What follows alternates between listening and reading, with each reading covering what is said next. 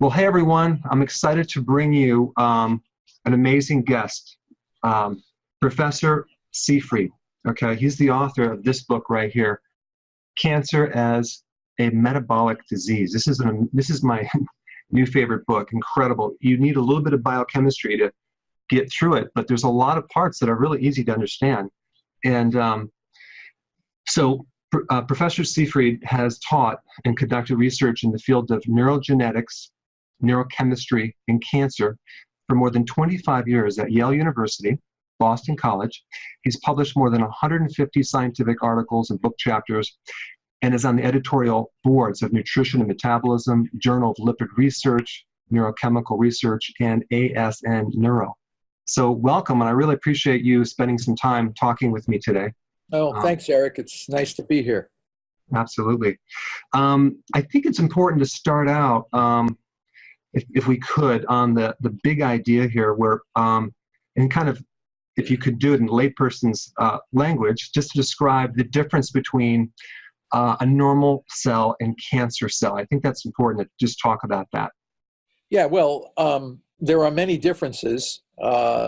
The prime difference in my mind is the difference in the way the cells generate energy. And all the cells in our body need to generate energy. And otherwise they die. You know, I mean, energy is energy. So our whole bodies, we breathe in oxygen and we give off CO2 and produce water as byproducts of aerobic respiration. So aerobic respiration basically is how normal cells or healthy cells make energy. They take the protein, fat, and carbs with oxygen, that's aerobic, equals energy. The tumor cell, on the other hand, pretty much functions without oxygen. So in order to function without oxygen, this is referred to as fermentation. So the term fermentation is a primitive or ancient system of how cells can make energy without oxygen. The two main fuel sources for cancer are sugar and glutamine, which is a protein. So all tumor cells, as far as I can see and as far as I've looked at, are more dependent on fermentation for energy than they are for respiration for energy, using oxygen. So this is why they live in hypoxic environments. They can survive in these environments because they primarily ferment. And when you ferment, you become limited in the types of fuels that you need, because oxidative phosphorylation, respiration, is an extremely efficient way to generate ATP, energy. So the term oxidative phosphorylation is the final stage in respiration, which is how normal cells or healthy cells make energy. You need a little bit of material like glucose or some other fat or whatever, and you can generate large amounts of energy just from respiration. But if you don't respire, the fermentation pathways are less efficient, therefore the substrates have to be present in large amounts. So the tumor cell is dependent on large amounts of glucose and large amounts of glutamine. And those are the two primary fermentable fuels. So the differences between a normal cell and a cancer cell is primarily the way they generate energy. The tumor cell needs to ferment. The normal cells can respire. Got it. And can you touch on the origin of cancer? Because I think mainstream research is really focused on this genetic piece, but they're not getting into the metabolic or the damage to the mitochondria. Can you touch on that? Well, I mean, that's the oncogenic paradox. So oncogenic means something that causes tumors, and paradox in this context means something that sounds logical but leads to an unacceptable conclusion. Cancer can be caused by many different insults to our body. Carcinogens, you know, people look at that and they say, well, that's why we call something a carcinogen, because it has the potential to cause cancer in laboratory animals and humans. You know, radiation causes cancer. Viruses cause cancer. So the question is, how are these provocative agents causing cancer? The gene theory says that the carcinogen will cause mutations, and the mutations then lead to dysregulated cell growth. So you have to say, what is the primary characteristic of tumor? And it is dysregulated cell growth. So how does a cell under normal conditions, become dysregulated in its growth. So, for example, a carcinogen is thought to cause a type of mutation, which will then cause the tumor cell to become growth unrestricted. And if you look at radiation, is thought to cause mutations. Some viruses are thought to cause mutations, and these mutations were thought to be the cause of the cancer. However, every one of those same provocative agents also damages the mitochondria in the cell, the very organelle needed for normal respiration. Now, what happens is a carcinogen will enter into the mitochondria, leading to the formation of ROS, reactive oxygen species, which are carcinogens and mutagens. So the term reactive oxygen species, ROS, is a reactive compound containing oxygen. Can be formed from within the cell as a byproduct of something, or externally from things like smoking, chemicals, drugs, radiation. So what happens, the mitochondria produces ROS, which then causes the mutations. So the mutations are an effect of the damage to the respiration, not the cause of the cancer. The cancer and the mutations are both effects of the damage to the respiration.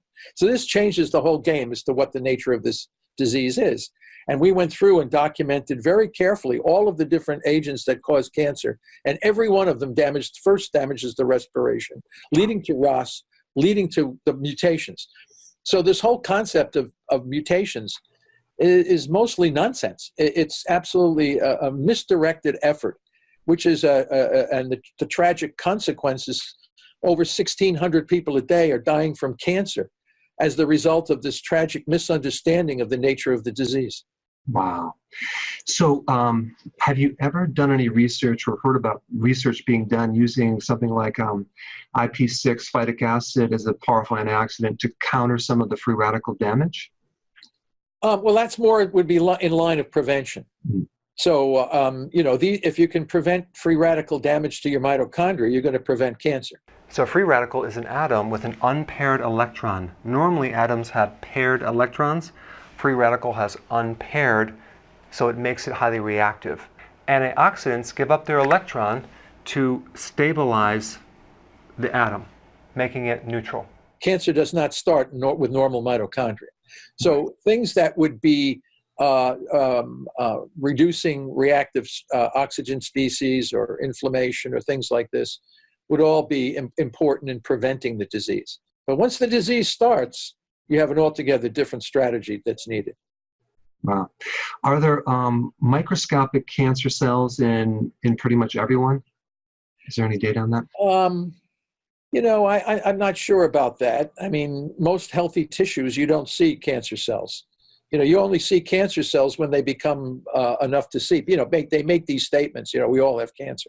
Yeah. We all, those cells are usually destroyed, and taken care of. Well, we turn over our cells all the time. When a cell gets damaged, it's turned over. I mean, we have a maintenance system. They would turn over the cells. A cancer cell, it would be a cell that would not be turned over. Now, do we have precancerous lesions? I think if we have focal inflammatory sections, we would have certain, these are referred to oftentimes as polyps or something along these lines, small growths and things, but they're generally benign. They're not of a more invasive malignant characteristic. So I guess you can say that we probably have these things, but it's only when the tumor cell begins to invade the local environment and proliferate that we have an issue. Got it. So discuss some of the research that you talked about in some of the other videos using ketogenic intermittent fasting and also DON, and maybe you can define that. Well, DON is a glutamine analog. It's I don't have the structure memorized, but it's 6-azonoreleucine, and the acronym, of course, is DON, D-O-N. But this is a glutamine targeting drug. We have not found any drug more powerful than DON at this point. Because cancer needs the two fuels, glucose and glutamine. So basically, the ketogenic diet is targeting your glucose and shifting the whole body off to ketones. Tumor cells can't use ketones because you need a good mitochondria. And if people say cancers use ketones, that would mean they have a normal mitochondria and they wouldn't be cancer in the first place. So you find a lot of misinformation and misunderstanding on a part of a significant number of scientists, by the way, that still are confused by this. So it's not just the lay public. They depended on the scientists who themselves are also confused, many of them, not all of them, about these issues. So the tumor cell needs glutamine and glucose. Some tumors are more dependent on glucose than glutamine. Some are more dependent on glutamine than glucose. Many of them need both glucose and glutamine. So it's one of these kinds of things. But if you take away both glucose and glutamine, I don't know if any tumor cell, none of them that we have ever found, can survive without their two key fermentable fuels. So DON is one of the drugs that targets and takes away the glutamine, whereas the ketogenic diet takes away the glucose. So together, these two work synergistically together, and would be effective, in my mind, of probably managing the vast majority of all types of cancers. The question is, there's not a single hospital, cancer research center anywhere in the world that's doing this. So this is the reason why we have 1,600 people a day dying from a disease. Yeah. It's just becomes clear, you're not doing the right things. If you did the right things, you wouldn't have, these people would be alive. Right. And what kind of some success have you seen on these experiments that I watched another video that you're combining these three strategies and getting some pretty good, amazing, major effects. Yeah, we are. And when we do it, we haven't really, if you go back in the literature and look at DON with patients, some people did really well and some people didn't do so well. And none of the previous studies ever targeted glutamine simultaneously with targeting glucose, with glutamine and glucose. So people use ketogenic diets and think you're going to cure cancer with a ketogenic diet. Not if it's a glutamine dependent tumor, you're not. Mm-hmm. So people have to realize that if you don't hit both fuels simultaneously, and they always say, well, the cancer cells are smart. They're not smart, and they adapt. They don't adapt. They're just using the fuels that are in the environment. And if you don't take the fuels away from the environment, it's going to look like they're adapting and it's going to look like they're smart, but they're not. So they're dependent on two fuels, and if they have access to those fuels, they will survive. If the fuels are taken away, they will not survive. It's not a complicated problem. No. It's just that when you're chasing genes and you think cancer is a genetic disease, you don't think about any of this stuff. Right. I mean, it's just that, where are you looking? So it's not, when we do it in our preclinical systems, which are the best there are, because we developed the real models for representing real cancer, it's very hard to kill these in the mouse. But when we combine the two strategies together, we're getting great success.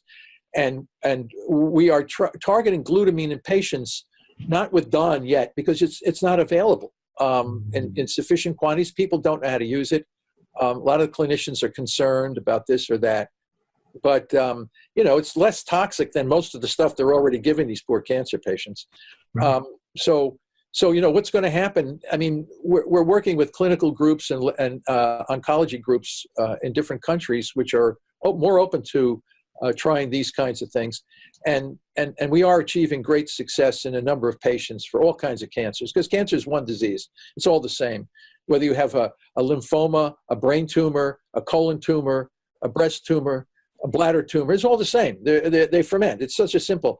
It's just like you can kill the whole group of them just by knowing how to use one tool. So it's astonishing. And who's doing this? Nobody. Only because people don't understand. Go down to the top oncology clinics and tell them what I just told you, and they look at like deer in a headlight. They wouldn't know what it's not. But it's not that lay people understand this better than the guys who are actually treating the disease.